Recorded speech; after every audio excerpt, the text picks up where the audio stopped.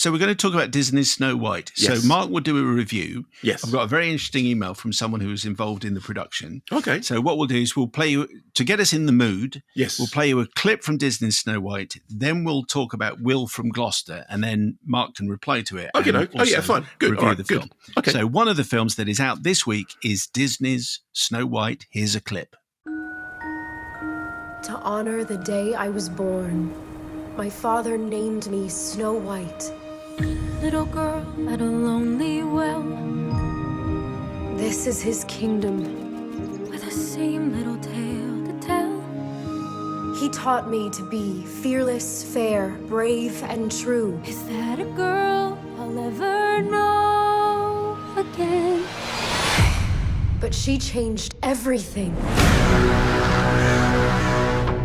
Please, show mercy. Find his home and burn it to the ground. You were saying? Cut that out, cut that out. You're not singing while I'm here. Okay. That's what it was. So, Disney's Snow White, to be reviewed in a moment. Will Yes. from Gloucester. Dear Yes. Evil Queen and Old Hag. Mhm. I don't mind being either of those. Fine. I worked on Snow White for the Okay. calendar year of 2022. I have watched with a heavy heart since then at how the film has become a political punchbag, particularly in the US, and how falsehoods have been allowed to proliferate and go unchallenged. I wish to clarify a few points that may be of interest to you and your Please. listeners. Go ahead.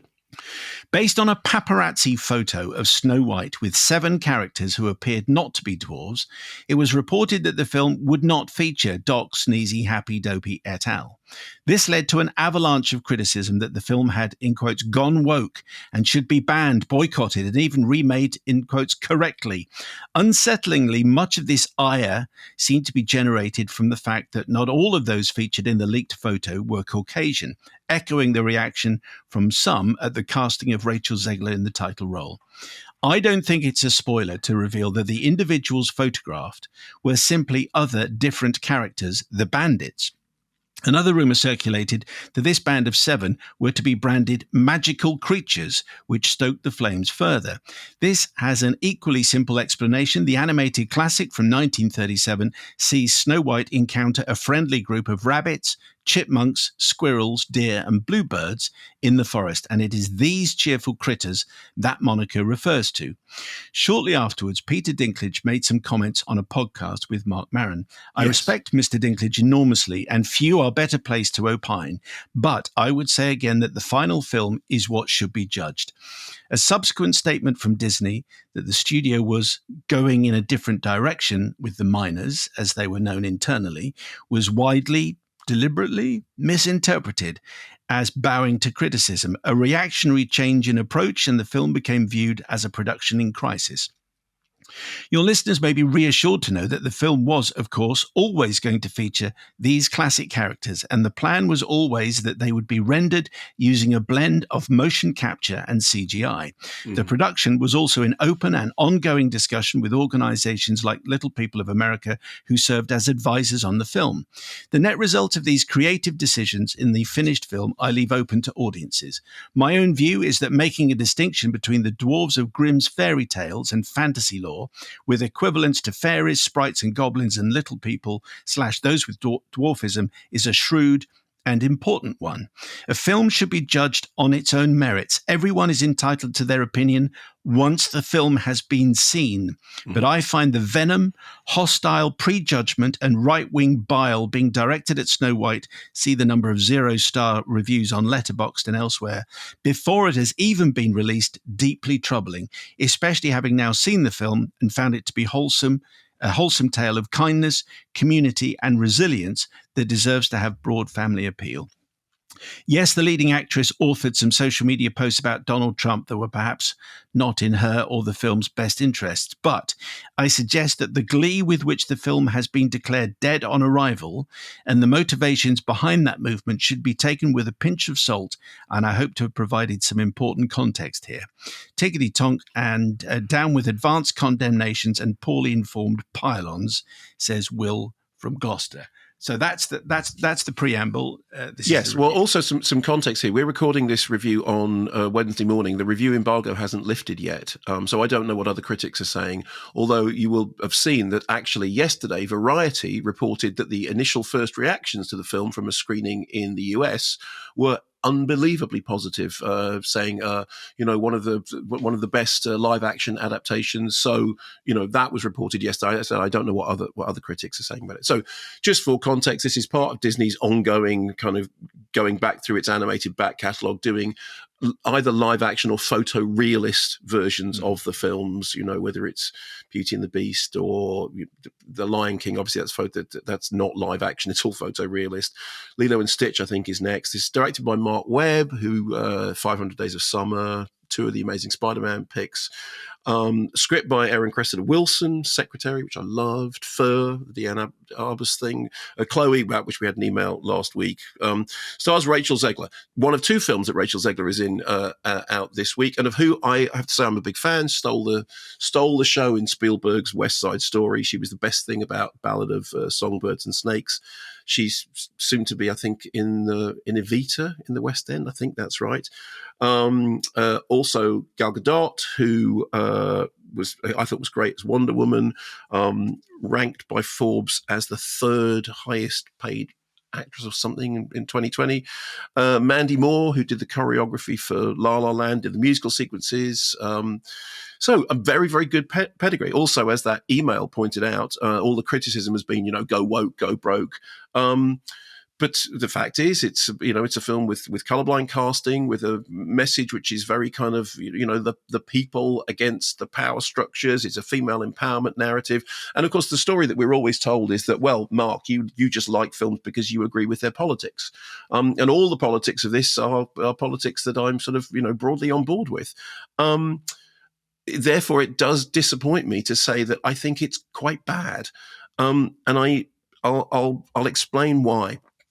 As you'd expect the script had a lot of rewrites, but Erin Cressida Wilson's name is there, and this reimagined Snow White as a far more active agent in the story. Her name is Snow White now because she was born in a snowstorm, so she was a survivor from the beginning. She's tough. Her main role is not to fall asleep and wait for Prince Charming to long kiss her, but rather to liberate the once happy kingdom that's before had a kind of whole sort of socialist ethos to it, which has now been taken over by this oligarch capitalist queen who's stolen the bounty of the land for her own reward. There's one sequence in it that kind of looks like a small scale version of the Peasants' Revolt. I mean, it looks more like kind of Les Miserables than Snow White, and fine for that.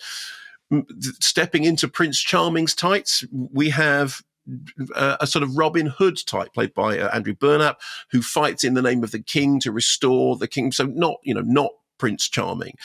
And then there's a mix of old and new songs, Hi Ho, Hi Ho, Whistle While You Work, rubbing shoulders with the new songs. I don't think it's that surprising to say that to my ear, the new songs aren't a patch on the old songs, but then there's the thing about, where the good things grow, which could have been a song, honestly, that Woody Guthrie could have done, or Timothy Chalamet could have performed in, No Direction Home. So the weird thing is that all that messaging, I mean, I have no problem with that. I'm kind of on board with it, and yet almost everything about the film is inferior, despite the massive problems and archaic sensibilities of the original. And we've seen Snow White reboots. We've had Snow White and the Huntsman and all that sort of stuff. This has been a very long time coming. I did an interview with Rachel Zegler in 2022 about something else when she was in the middle of filming this. And then, of course, there was the early trailers and all that derision that was talked about in the in that email.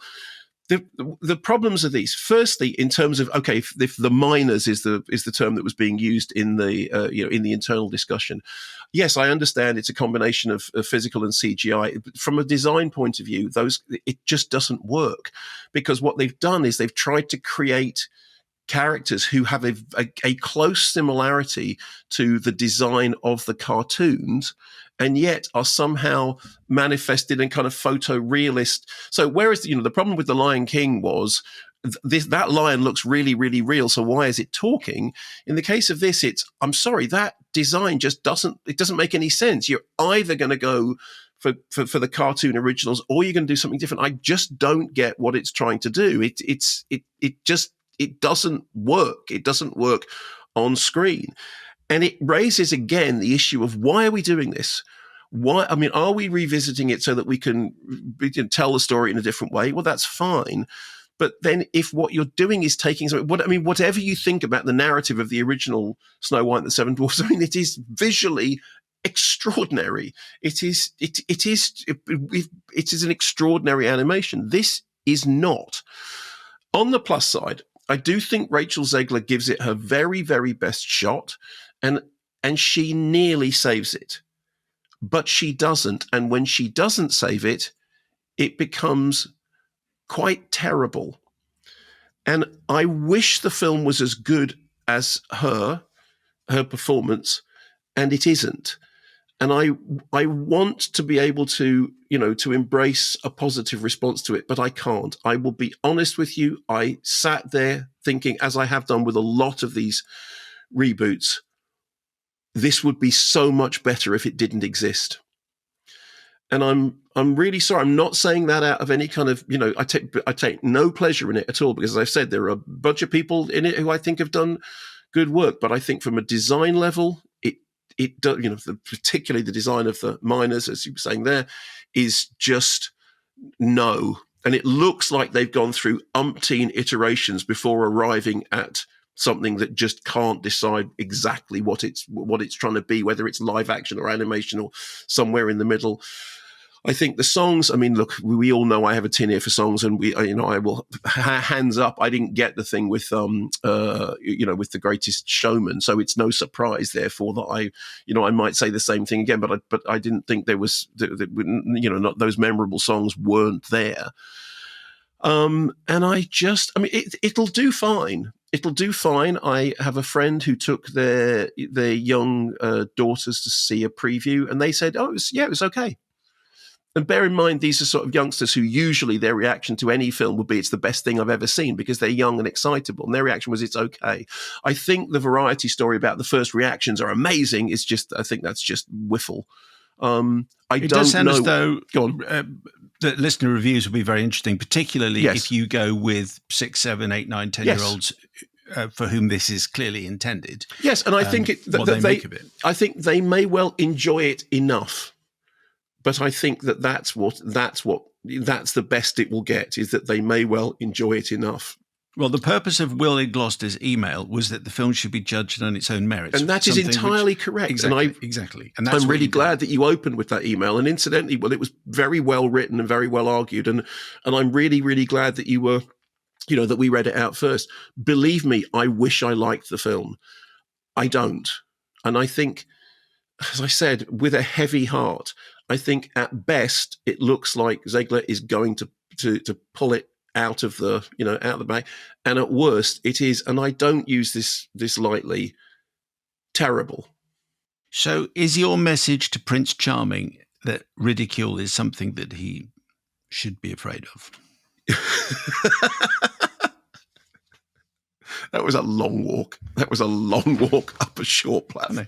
I ran up the platform.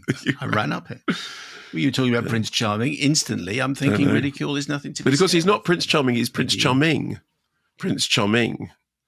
Ridicule is nothing to be scared of.